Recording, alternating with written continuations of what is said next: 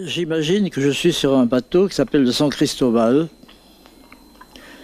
À bord du San Cristobal, j'imagine, selon le bon vouloir du vent et de la mer, ce que restitue, bribe par bribe, ma mémoire.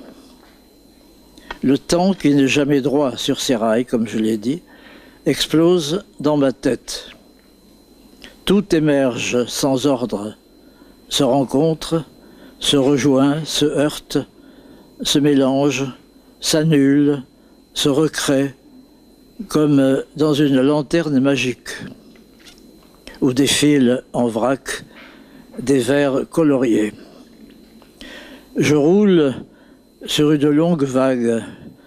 Je ne sais pas qui tient le cap, moi ou mon ange gardien, ni qui pousse le bateau, toute voile dehors, vers le Havre dont nul ne connaît le lieu et le nom. J'inscris à l'estime sur mon carnet de bord des épaves, des rebuts qui surnagent dans les eaux du temps. D'autres, coulés dans les abysses, oubliés de l'instant, remontera peut-être pour échouer sur des grèves désertes. La mémoire est un kaléidoscope. Elle grouille de sons, d'odeurs, d'images qui émergent, imprévues, voisines, solitaires, simultanées, renouvelées, à l'inverse d'une stricte construction.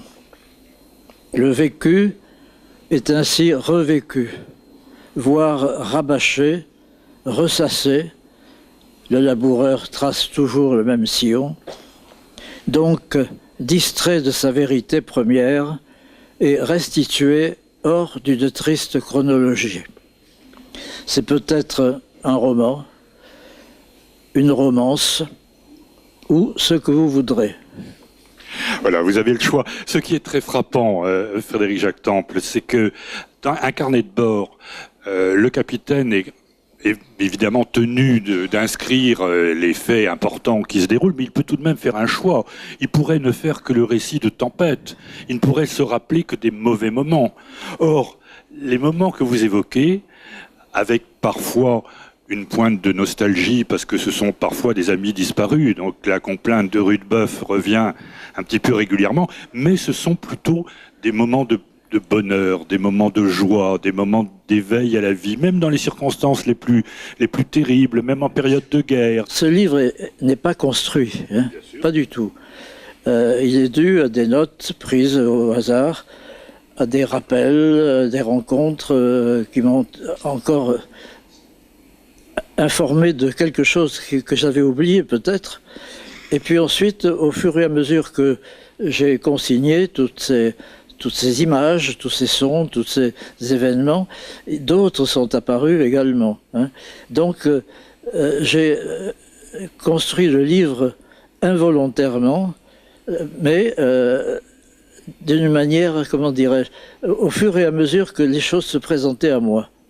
Je n'ai pas cherché à avoir une progression dans le bonheur, dans la tristesse, ou simplement dans le récit. Vous me parliez de navigation tout à l'heure, comment j'ai évidemment subi les charmes de certains navigateurs amis qui m'ont entraîné dans leur sillage et qui m'ont permis de naviguer avec eux. Oui, c'est ça, pas seulement entraîné dans votre sillage, parce que vous avez navigué véritablement. Oui. Justement, lire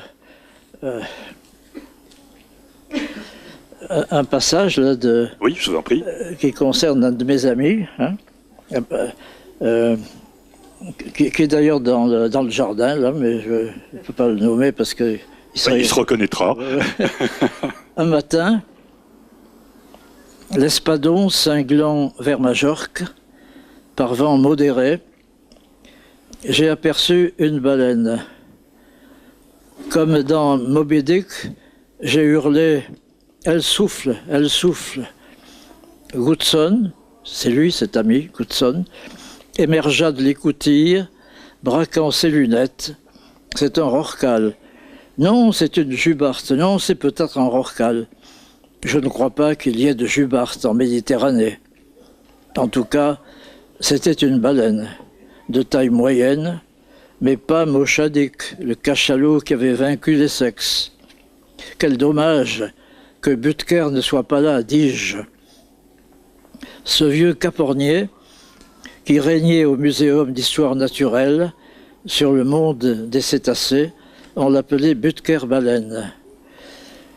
Anita Conti, la navigatrice pour qui les requins n'avaient aucun secret, admirait ce savant de pleine mer qui avait jadis traduit et publié seul autour du monde sur un voilier de 11 mètres le livre culte de Joshua Slocum, devenu légendaire, triomphateur de bien des tempêtes à bord de son spray.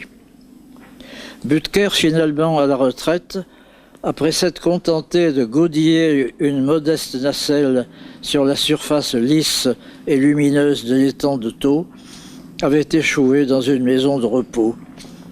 Son dernier amarrage, Goodson l'avait revu, amaigri, perclus, coquille brisée, dans son fauteuil d'infirme, mais l'esprit toujours alerte, ne cessant de murmurer en évoquant ses souvenirs. C'était le bon temps. Et maintenant, voilà, je suis une limace de pontons. Il aurait pu en dire davantage. Mais les souvenirs ne sont pas tous supportables. Il m'avait un jour raconté comment il aurait pu sombrer avec Charcot sur le pourquoi pas, s'il n'avait pas été chargé au dernier moment par le Muséum d'une mission en Mauritanie. Oui, c'était le bon temps. Les navires n'étaient pas encore des robots, des mécaniques. Le dernier de mes héros était peut-être Alain Gerbaud sur son Far Crest, une coque de noix de 6,50 m, 100 fois tournée et retournée par l'immense masse océane. Je l'avais lu et relu, seul à travers l'Atlantique.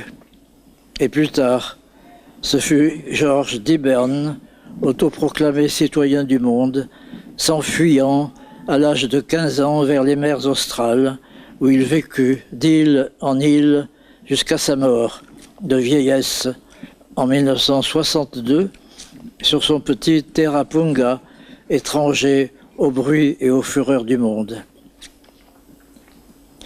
Sa seule adresse connue, où des lettres dormaient longtemps, était Post Office, Hobart, Tasmanie. Il avait rencontré au hasard des ports Silet Ofer, capitaine de l'Ismay, qui, après avoir vu couler son bateau dans les îles Baléares lors de la guerre espagnole, s'était retiré à Sanary avec la famille d'Héctor et Barraco, son matelot, pour revivre ses aventures en les écrivant. Tous sont morts depuis longtemps. J'ai le triste plaisir de les faire revivre. Je résoudrai par la lyre mon énigme, fredonne à mon oreille le psaume 48. Paul Butker continue lui aussi de naviguer dans l'océan de la mémoire.